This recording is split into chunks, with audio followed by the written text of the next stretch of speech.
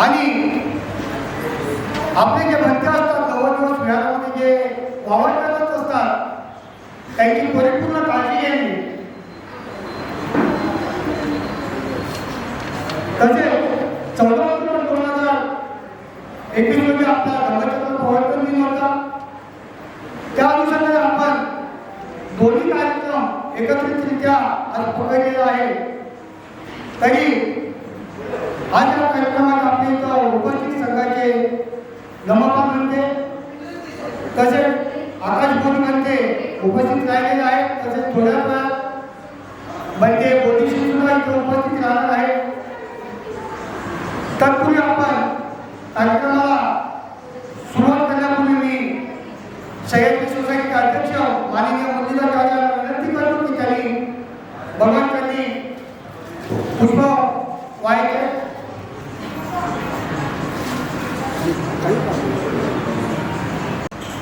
आणि आपले जे भंते असतात 9 दिवस विहारामध्ये जे वावर करत असतात त्यांची परिपूर्ण काळजी घ्यावी. तसे 14 ऑक्टोबर 2021 रोजी आपला धम्मचक्र प्रवर्तन दिन होता. त्या अनुषंगाने आपण दोन्ही कार्यक्रम एकत्रितरित्या आज पकडलेला आहे. तरी आज या कार्यक्रमात आपल्या इथं उपस्थित संघाचे नमपा म्हणते तसेच आकाशभूमी म्हणते उपस्थित राहिलेले आहेत. तसेच थोड्या वेळात म्हणते बोधीशी सुद्धा इथे उपस्थित राहणार आहे. तत्पूर्वी आपण कार्यक्रमाला सुरुवात करण्यापूर्वी मी सह्याद्री सोसायटीचे अध्यक्ष माननीय मुरलीधर राजांना विनंती करतो की त्यांनी भगवंतांनी पुष्प वाहिले.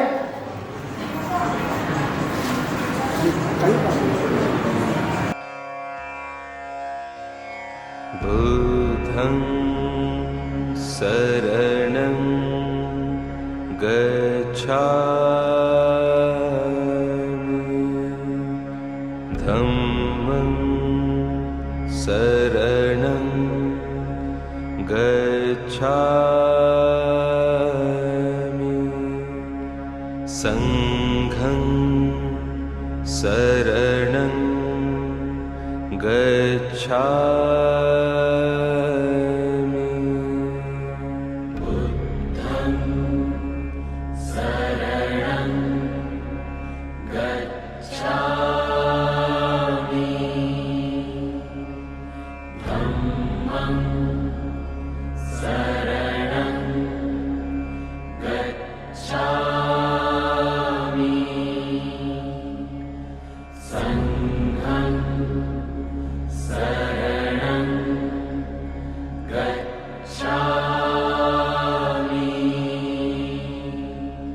बुद्धं शरणं गच्छामि धम्मं शरणं गच्छामि संघं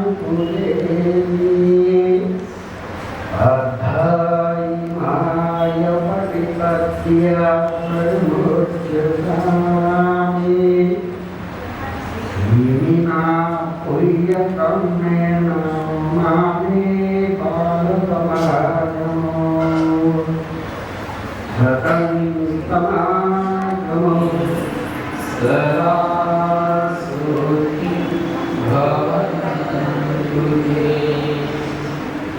भवतु सर्वमङ्गलं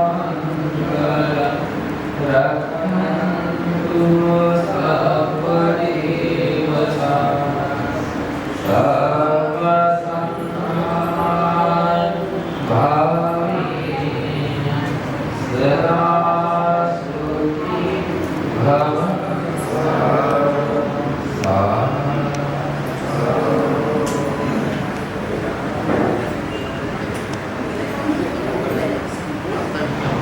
ज्या दिवशी आपण संघाला वर्षभर पुढे असतो ते सामान्य आहोत त्यांना जीवनदान आणि इतर आठ वस्तू ज्यांना वर्षभर उपयोगी पडतील अशा त्यांना आपण आज कठीण जीवनदान करत आहोत. आणि याप्रसंगी आपण इथे उपस्थित आहात त्याबद्दल सर्वांचे धन्यवाद. आजच्या या कार्यक्रमाचे आपण जे इथे आयोजन केले आहे या आयोजनामध्ये सगळ्यांचा सहभाग आहे. परंतु इथे उपस्थित असलेले मोठे मुख्य आपल्याला मार्गदर्शन करतील. सर्वप्रथम मी आपले सुभाष कृष्णाज यांना विश्वरत्न आंबेडकर यांच्या अधिकाऱ्यांना सर्वप्रथम अभिवादन. या वर्षावर शांत समारंभात या विहारामध्ये उपस्थित असलेले 14 ऑक्टोबर किंवा विजयादशमीच्या दिवशी डॉक्टर बाबासाहेब आंबेडकरांनी जी धर्मक्रांती घडून आणली, ती दीक्षा घेतली, त्यानंतर संपूर्ण भारतामध्ये खऱ्या अर्थाने जनजागृती व्हायला सुरुवात झाली. बिहारमध्ये वर्षवास काय आहे हा मोठ्या प्रमाणामध्ये साजरा व्हायला सुरुवात झाली. यामध्ये बाबासाहेब आंबेडकरांची जी भूमिका ती फार महत्त्वाची ठरली. तर म्हणजे बाबासाहेब आंबेडकरांनी निर्मळ मनाने ती दीक्षा घेतली होती आणि मन त्यामध्ये आकर्षित होतं. मन याच्यासाठी आकर्षित होतं की हजारो वर्षाची गुलामगिरी झुगारून नवीन धामात प्रवेश करण्यासाठी मनाची आवश्यकता असते. ते मन बाबासाहेबांनी तयार केलं आणि त्याचा परिणाम आपण पाहतो की भारतामध्ये भगवान बुद्धांच्या किंवा सम्राट अशोक किंवा जोपर्यंत बौद्ध धर्म या भारतामध्ये होता, त्यानंतर बाबासाहेबांच्या धर्मक्रांतीनंतर मोठ्या प्रमाणात वर्षवास साजरा होत आहे. प्रत्येक विहारामध्ये वर्षवासाची सांगता समारंभ हा मोठ्या उत्साहात साजरा होत आहे.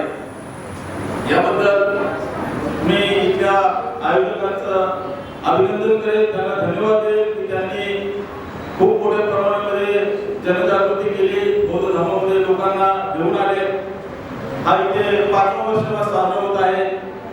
पूर्वी या विहारामध्ये फार कमी उपस्थित असायचे, पण खरोखर त्या आयोजकांनी, शिंदे साहेबांनी आणि सर्वांनीच खूप प्रयत्न केला आणि खऱ्या अर्थाने बाबासाहेबांचं स्वप्न हे साकार करण्याचा प्रयत्न करतायत.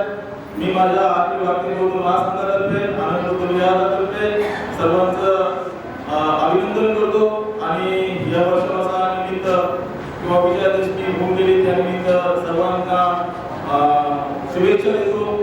त्याचबरोबर एवढ्या 2 वर्षामध्ये संपूर्ण जग हे मोठ्या महामारीने ग्रासलं आहे. याही प्रसंगामध्ये आपण आता जगायचं शिकलो आहोत आणि या महामारीनं आपल्या जवळचे नातेवाईक, मित्रमंडळी हे आपले निघून गेलेले आहेत. या सर्वांना मी आमच्या अखिल भारतीय बौद्ध महासंघातर्फे, आनंद बौद्ध विहारातर्फे आणि आमच्या शिक्षक कुटुंबातर्फे आदरांजली वाहतो. जय हिंद, जय भारत. आता जो कार्यक्रम आहे सर्वत्र होत आलेला आहे आणि या सगळ्याच्या महामारीमध्ये 1 वर्ष गेलं नाही आणि आपल्यावर जगावरती महामारी ओढली होती आणि त्याच्यातून त्या सगळ्याचा बाहेर पडलेला तर मनाने खूप आनंद वाटतो आणि असं जर काहीतरी पुढच्या पिढीला देत जाऊ, करत जाऊ यातच आनंद आहे. आणि बाबासाहेबांचं जे धम्म स्वीकारण्याचं आणि धम्माबद्दल मूळ गाभा किंवा आपला धम्म देण्यामागचा उद्देश या अशा छोट्या छोट्या छोट्या गोष्टींना आवड निर्माण करूनच आपलं कम्प्लीट करू शकतो. मला इथे माझं मनोगत व्यक्त करायला संधी दिली त्याबद्दल सगळ्यांचं थँक्यू. आणि सगळे जमल्यात वर्षाबद्दल सगळ्यांना अभिनंदन. थँक्यू. सगळ्यात पुढे असतात गोडधर पाहिलं असतं गोडधर सगळ्यात पुढे असतं का कारण एका स्पेशल शत्रूवरती हल्ला करण्यासाठी गोडधराची आवश्यकता असते. तसं एक व्यक्ती सहनशील चालू एकदम त्वरित टास्क उदाहरण घ्यायचं झालं की आपण जर तुम्हाला आता 3 महिन्याचे काढले प्रत्येक समारोपाचा कार्यक्रम त्या कार्यक्रमाला सर्व आवर्जून उपस्थित राहिला त्याबद्दल सर्वांचे अभिनंदन व सर्वांना हार्दिक शुभेच्छा. आज कार्यक्रम याच्या उपस्थिती ही आपल्या वाढतच चाललेली आहे. दरवर्षी त्याच्यात जास्तीत जास्त प्रमाणात वाढ होत आहे आणि यापुढे वाढत राहणार आहे. आपण सर्वांनी जर मनाशी गुणगाठ बांधली की आपले पाय हे विहाराकडे वळलेच पाहिजे. आपण सर्वांनी मनात धरलं पाहिजे की आपण आपल्याला बुद्धाशिवाय पर्याय नाही आणि जे या बुद्ध विहारात येतात विहारात जे नतमस्त होतात त्यांना चांगली प्रचिती येते. त्यांचं आयुष्य नक्कीच चांगल्या प्रकारे त्याला समाधान मिळतं. अशा प्रकारे सर्वांनाच समाधान मिळत राहील आणि प्रत्येकजण इकडे ओढ लागली पाहिजे प्रत्येकाला. असं आपण आपल्या मुलांना देखील ओढ लागली पाहिजे. आणि आता ज्यांनी या उपवासामध्ये भाग घेतलेला आहे तर मी रवी साहेबांना विनंती करेन का त्या मुलांची ज्यांनी या उपासना केली आहे 3 महिने उपास धरलेले त्यांची जर नावं जर डिक्लेअर केली तर इतरांनाही त्यांचं अनुकरण करण्याचं एक हे लागेल की ही मुलं जर करू शकतात तर आम्ही का नाही मेहनत जाऊ शकत. तर अशा प्रकारे प्रत्येकांना प्रोत्साहन मिळालं पाहिजे.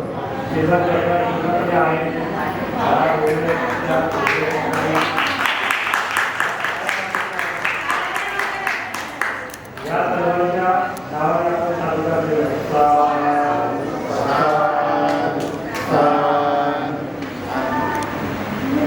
इथे सांगतो त्रिपिटा काळामध्ये किंवा भगवान आपल्याला असं काही सांगितलेलं नाही आहे. पण आपण आपली श्रद्धा आहे श्रद्धेसाठी हे करतो. आपण दुसऱ्यांचं अनुकरण करत नाही आहे. भगवान बुद्धांनी आपल्याला निर्गुणांवर विजय मिळवण्याचं सांगितलेलं आहे.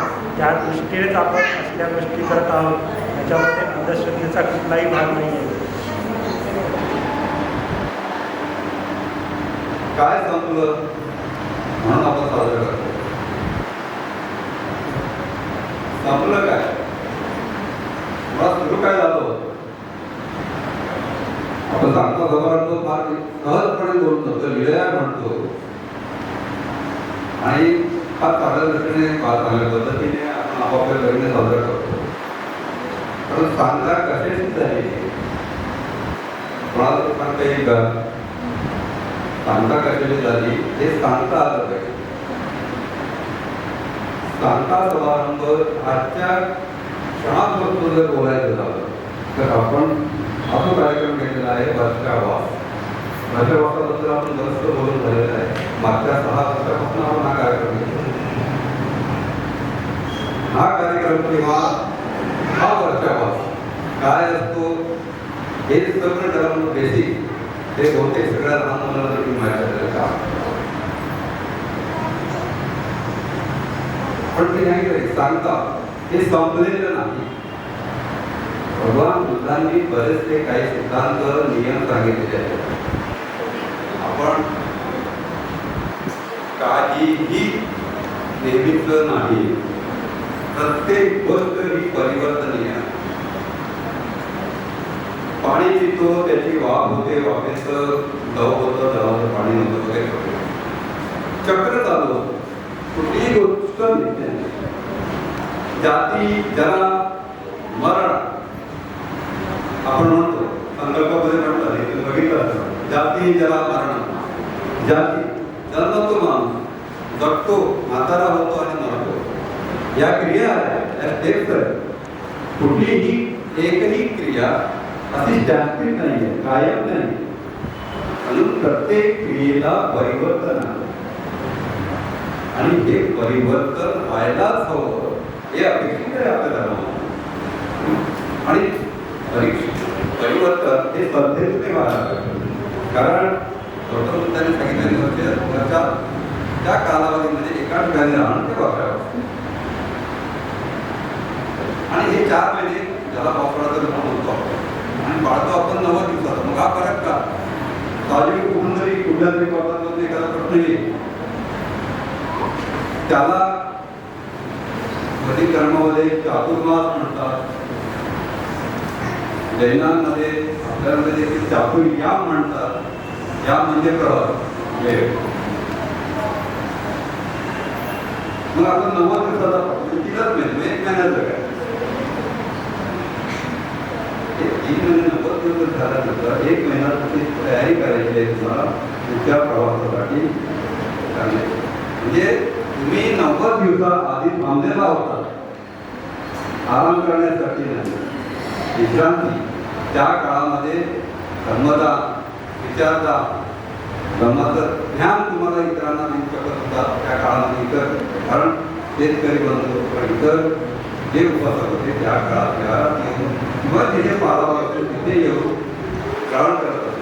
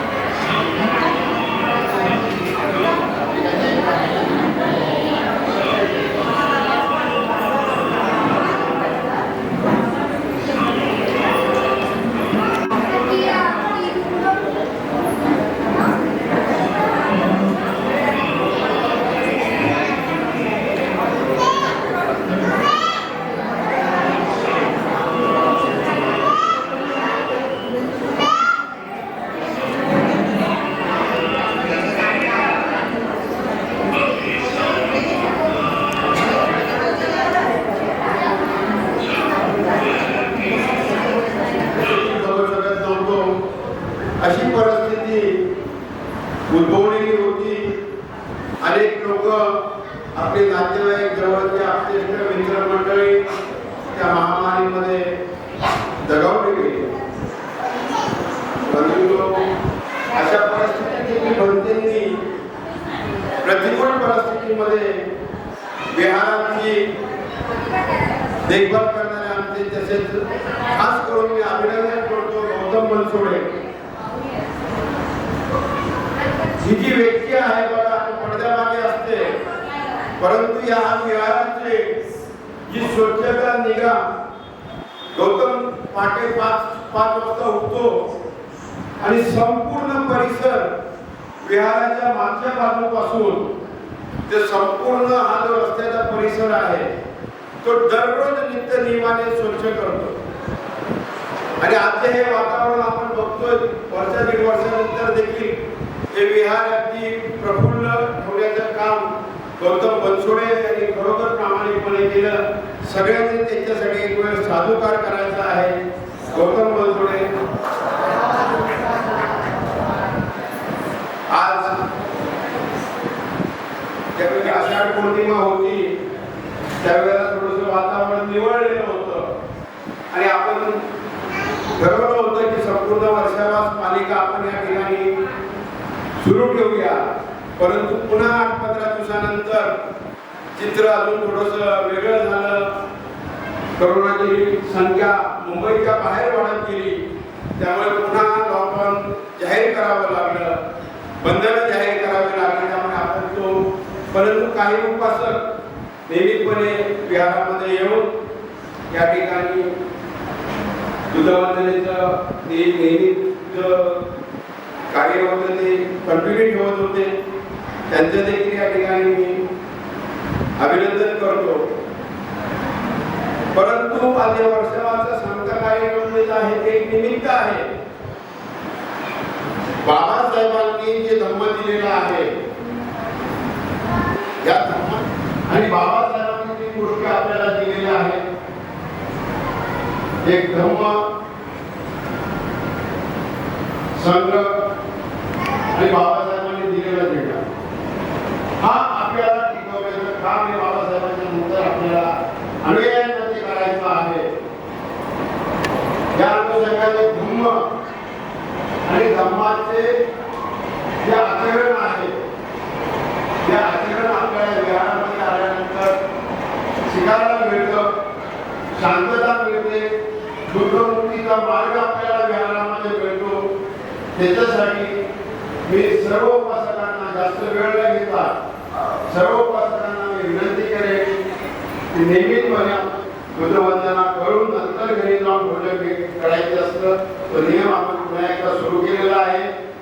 त्याचप्रमाणे आजचं या बिहार एंटरप्राइजेसच्या वतीने या पौर्णिमेनिमित्त त्यांचं जे खीरदान आहे ते आपल्याला भोजनदानासोबत ते खीरदान त्यांच्या वतीने आहे. त्यांचं देखील अभिनंदन.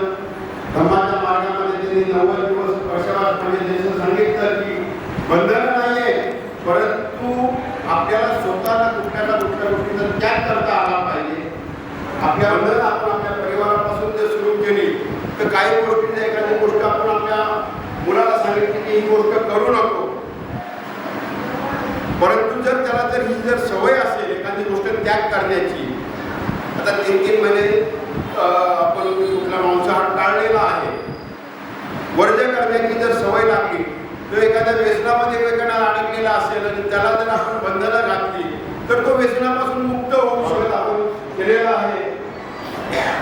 आणि सर्वांनी जी उपस्थिती दाखवली त्यांनी सगळ्यांना पुन्हा एकदा आभार व्यक्त करून मी सर्वांना या अश्विन पौर्णिमेच्या शुभेच्छा देतो आणि या ठिकाणी थांबतो. सगळ्यांचं मंगल हो. जय भीम, जय बुद्ध.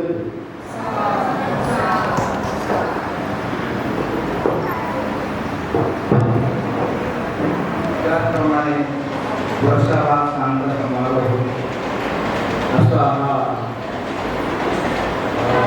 उद्धार सार्थक असण्याचा कार्यक्रम आनंदाचा, हर्षाचा, उल्हासाचा मगाशी आमच्या बांधवाने प्रवचनही दिलं. तर बुद्ध सांगायलाही कठीण आहे, बुद्ध समजायलाही कठीण आहे.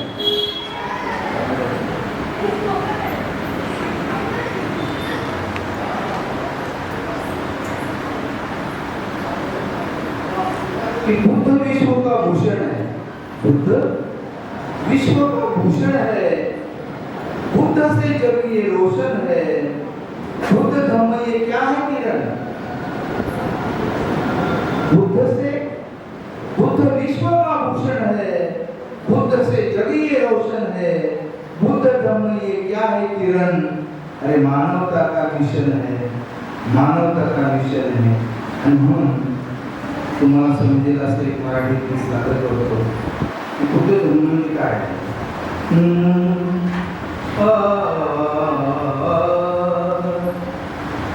बुद्ध धम्म प्यारा, बुद्ध धम्म प्यारा, अरे जो कोणी प्याला तो माणूस झाला. बुद्ध धम्म प्यारा, जो कोणी प्याला तो माणूस झाला.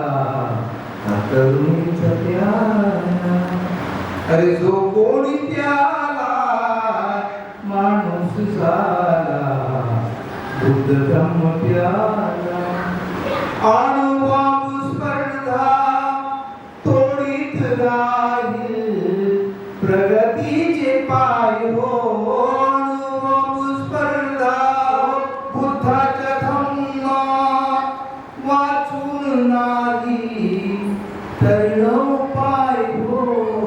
हा अहिंसेचा प्याला, हा अहिंसेचा अहिंसेचा प्याला, अरे जो कोणी प्याला तो माणूस झाला, बुद्ध धम्म प्याला.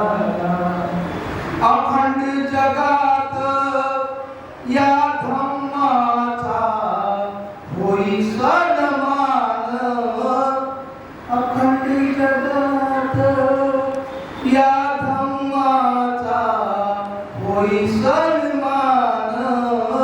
कारण यात नाही जात पात, हे सर्व समान. हसमतेचा प्याला, हसमतेचा प्याला, अरे जो कोणी प्याला माणूस झाला, बुद्ध धम्म प्याला. नाकारले हो सदैव बुद्धाने अंधश्रद्धेला, विज्ञान द्रष्टा हा धम्म बुद्धाचा पटतो मनाला. असत्याचा प्याला, बुद्ध धर्मामध्ये सारं सत्यच आहे म्हणून असत्याचा प्याला, अरे जो कोणी प्याला तो माणूस झाला, बुद्ध धम्म प्याला.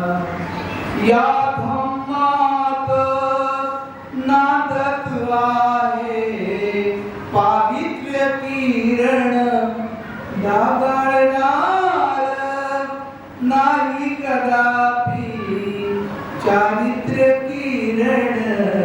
अशुद्धीचा प्याला, अशुद्धीचा प्याला, अरे जो कोणी प्याला तो माणूस झाला, बुद्ध धम्म प्याला.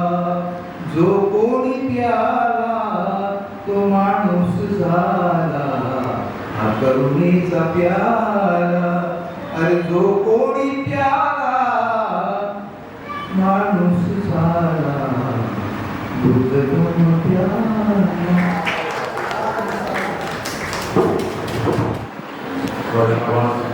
सांगण्याचा समारंभ संपन्न होतोय. त्यानिमित्तानं उपस्थित असलेले पूजनीय सदस्य ओबेजी आशिष संघ, त्याचबरोबर आपले धर्मबंधू योगेश सरकार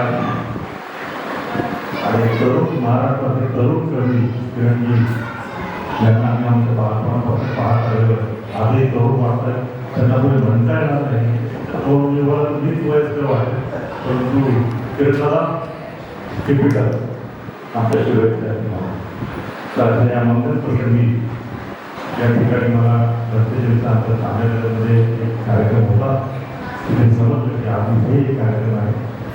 मी राहू मला आवडत नाही, पण त्याने मला आपण पुढे जरा मी येतो आणि त्यानंतर मला या कार्यक्रमात सहभागी होता.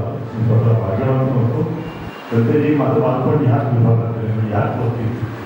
माझा जन्म 1958 आहे. त्याच्या इमारती त्यातला एक इमारत आहे की जी 50 पासून निर्माण झाली.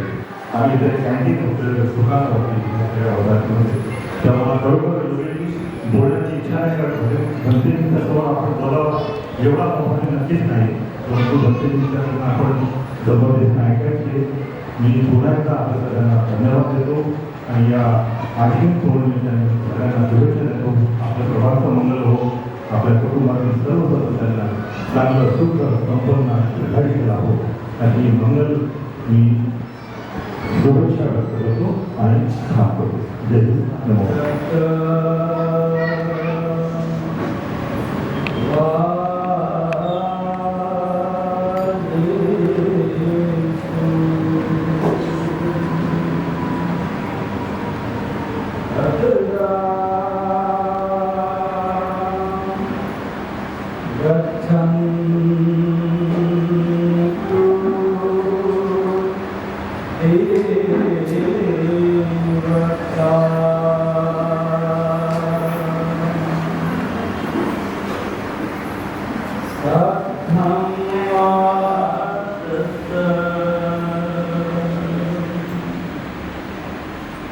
सुना परंतु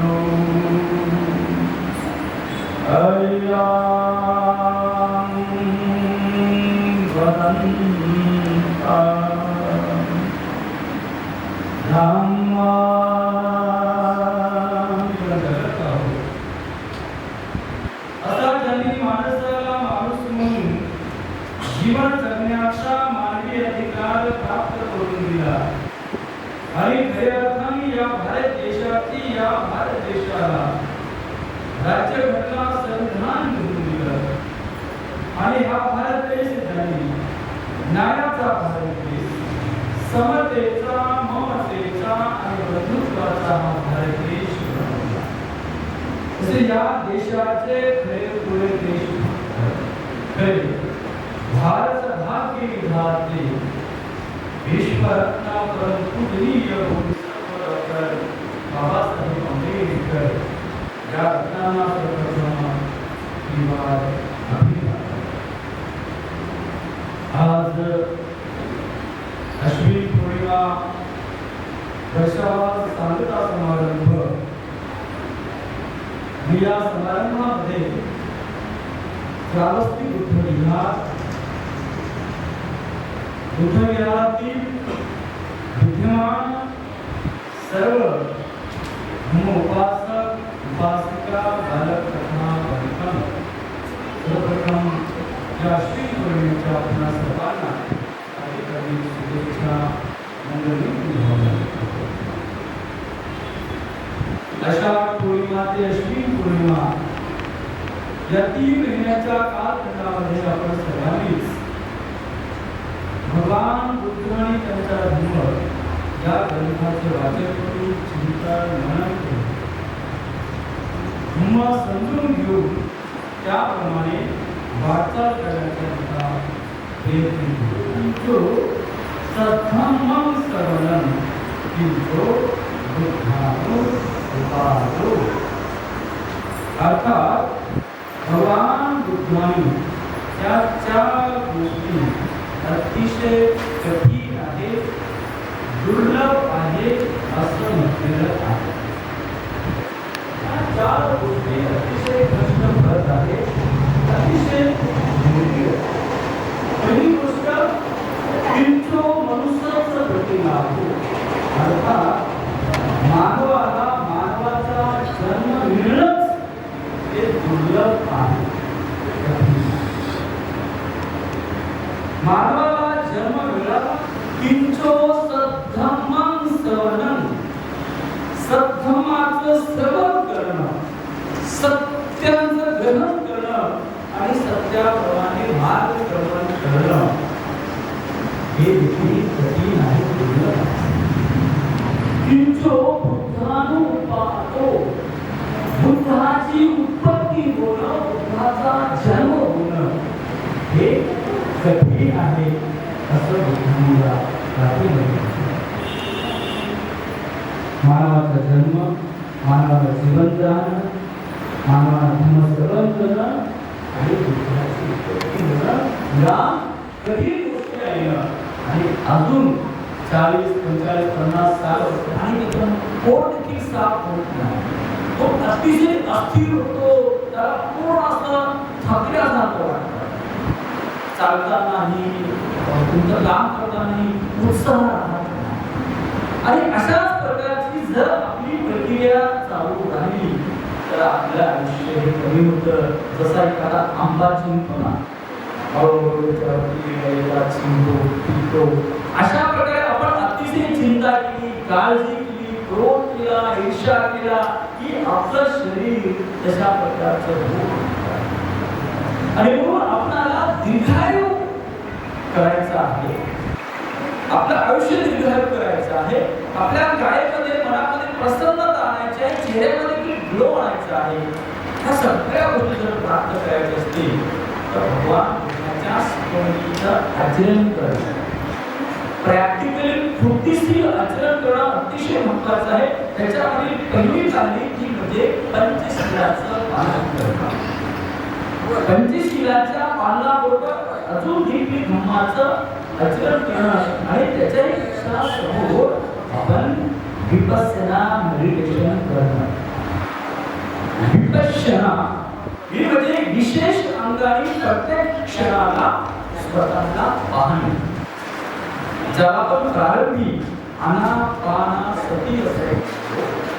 आनापानसती श्वास घेत आहे आणि श्वास सोडत आहे. सती म्हणजे स्मृतीजनक जागरूक राहणं, म्हणजे आपल्या कायामध्ये जे प्रेम उत्पन्न होणार आहे ते नष्ट होणार आहे. ज्याला आपण अनिच्छा अपसंस्कारा, अनिच्छा अपसंस्कारा उत्पन्न होणं, नष्ट होणं, उत्पन्न होणं, नष्ट होणं हा निसर्गाचा, माझ्या शरीराचा हा स्वभाव धर्म आहे, हा स्वभाव धर्म आहे. आणि हे जाणता जाणता स्वतःच्या चित्ताला समतेमध्ये ठेवता ठेवता हे सर्व काही अनित्य आहे, हे सर्व काही शाश्वत सत्य आहे, हे काही सर्व शाश्वत सत्य आहे. आणि वर्तमान परिस्थितीमध्ये जीवन जगणं, खूप भूतकाळामध्ये न जाणं, हे भविष्य काळामध्ये न जाणं, शांत बसल्यानंतर डोळे मिटल्यानंतर आपल्या मनाची जी एनर्जी आहे ती एकाग्रता आहे ती स्ट्रॉंग.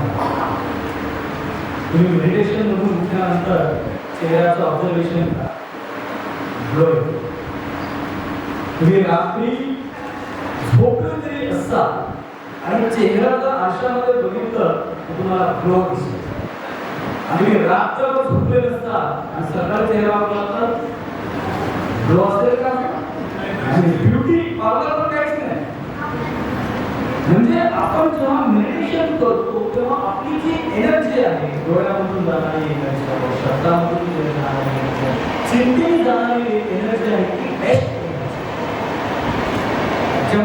जेव्हा अल्टिमेटली त्याच्यामध्ये बघा मेडिटेशन केल्याच्या नंतर जेव्हा तो आपला असं सोडून उठतो, चालतो, बोलतो, बघा त्याच्यामध्ये एक हॅपीनेस असतो, एक उत्साह असतो, एक बॉडी ऍक्टिव्ह असतं आणि चित्त देखील थोडं ऍक्टिव्ह राहतं.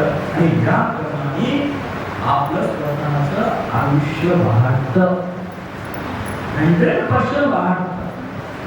आपलं आयुष्य, आपलं आरोग्य हे देखील वाढतं. म्हणून दीर्घकाळ तर आपण जगू शकत नाही, परंतु दीर्घकाळ आपण धर्माची सेवा करू शकतो, आपण कुशल कर्म करू शकतो. म्हणून बुद्धाने म्हटलेलं आहे जे किंचो सद्धम्मं श्रवणं, हे सद्धम्माचं जे श्रवण आहे, हे सद्धम्माचं जे आचरण आहे ते कठीण आहे, परंतु ते सुखदायक आहे.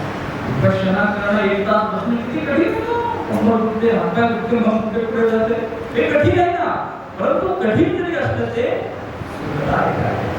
जसं आपण भगवान कृष्ण आणि त्यांचा धर्म या ग्रंथाच्या वाचनाच्या प्रारंभीच एक पालीमधील गाथा आहे. ती गाथा सुखो बुद्धानुपातो सुखा सद्धम देशना सुखा संघस्थ सामग्री समगानं तपो. सुखा संघस्थ सामग्री, सामुदायिकरित्या तप करणं, विपश्यना करणं किंवा सामुदायिकरित्या बसून धम्मचर्चा करणं, बुद्ध म्हणताना म्हणणं, इव्हन भोजन देखील सामुदायिकरित्या करणं हे देखील सुखदायक आहे.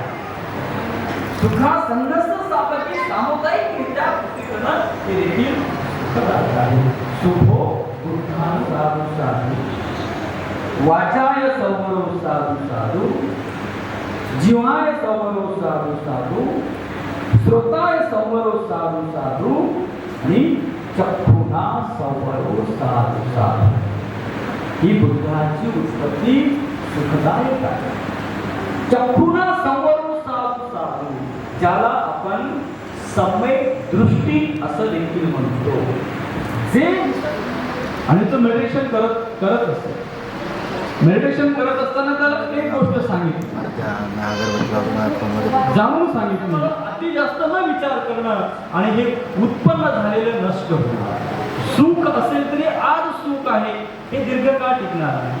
दुःख जरी झालं असेल कोणत्या गोष्टीचं, हे दुःख आहे, हे उद्या कधीतरी काही मिनिटांनी बदलणारच आहे, हे बदलणारच आहे.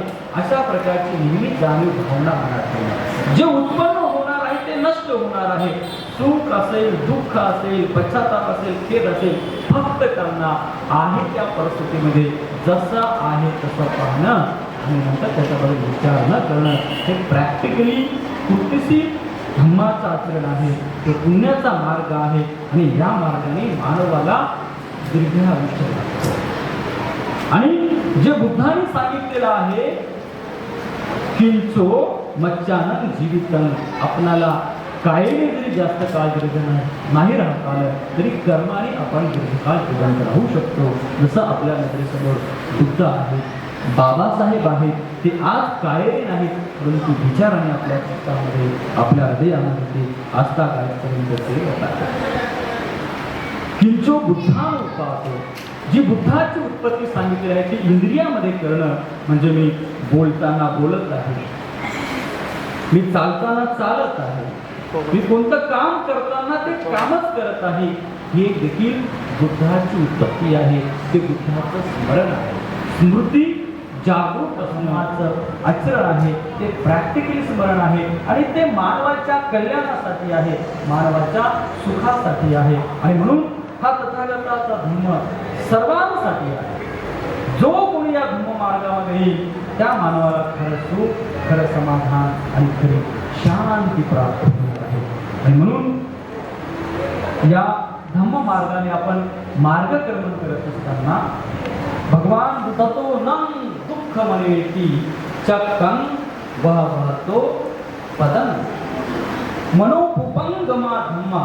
मानवाचं मन हे प्रमुख आहे, मानवाचं मन हे शासक आहे, मानवाचं मन कर्ता आणि कर्वित आहे. मानवाचं मन प्रत्येक विचाराचं ते उगमस्थान. चित्तामध्ये जे जे काही उत्पन्न आपल्या चित्तामध्ये होते ते आपण करू लागतो. चित्ताने म्हटलं हे कर की तो करू लागला, आपल्या चित्ताने मनाने म्हटलं हे करू नको की ते करत नाही. म्हणजे जे जे विचार आपल्या चित्तामध्ये मनामध्ये उत्पन्न होतात नंतर आपण ते कृतीमध्ये करत असतो. म्हणजे मानवाचं मन हे पूर्वगामी प्रमुख आहे. आणि जो कोणी मनुष्य आपल्या आयुष्यामध्ये दुष्ट चित्ताने वागतो अथवा बोलतो, ज्याची प्रति जो कठोर वाणी बोलतो, अपशब्द बोलतो, व्यर्थ बोलतो, खोटं बोलतो, भडकाऊ बोलतो, जो कोणी मनुष्य आपल्या बोलण्यातून इतरांमध्ये ताण तणाव निर्माण करतो, दुःख निर्माण करतो, चाळी आणि चुगलीचं कर्म करतो, कोणाला टाकून उचलून पाचलून अपमानक कारण करतो, समाजामध्ये तेढ निर्माण करण्याचं काम करतो, त्याच्या वाणीने, त्याच्या बुद्धीने, त्यांच्या त्या वागण्याने चक्कं वहतो पदं. जो कोणी मनुष्य अशा प्रकारचं अकुशल कर्म करतो त्या मानवी मनाचा पाठलाग ज्या भगवान बुद्धाची आई महाप्रजापती ही भगवान बुद्धाची आई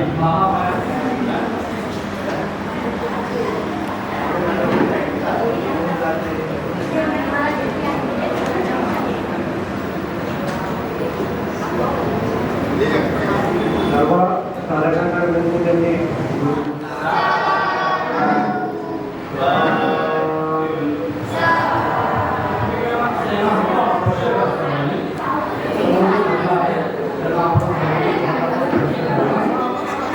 या ठिकाणी श्रावणी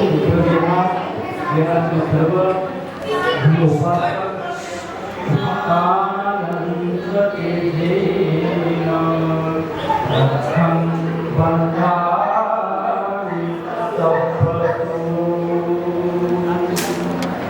सर्वांनी मनावरती आवाजामध्ये साधू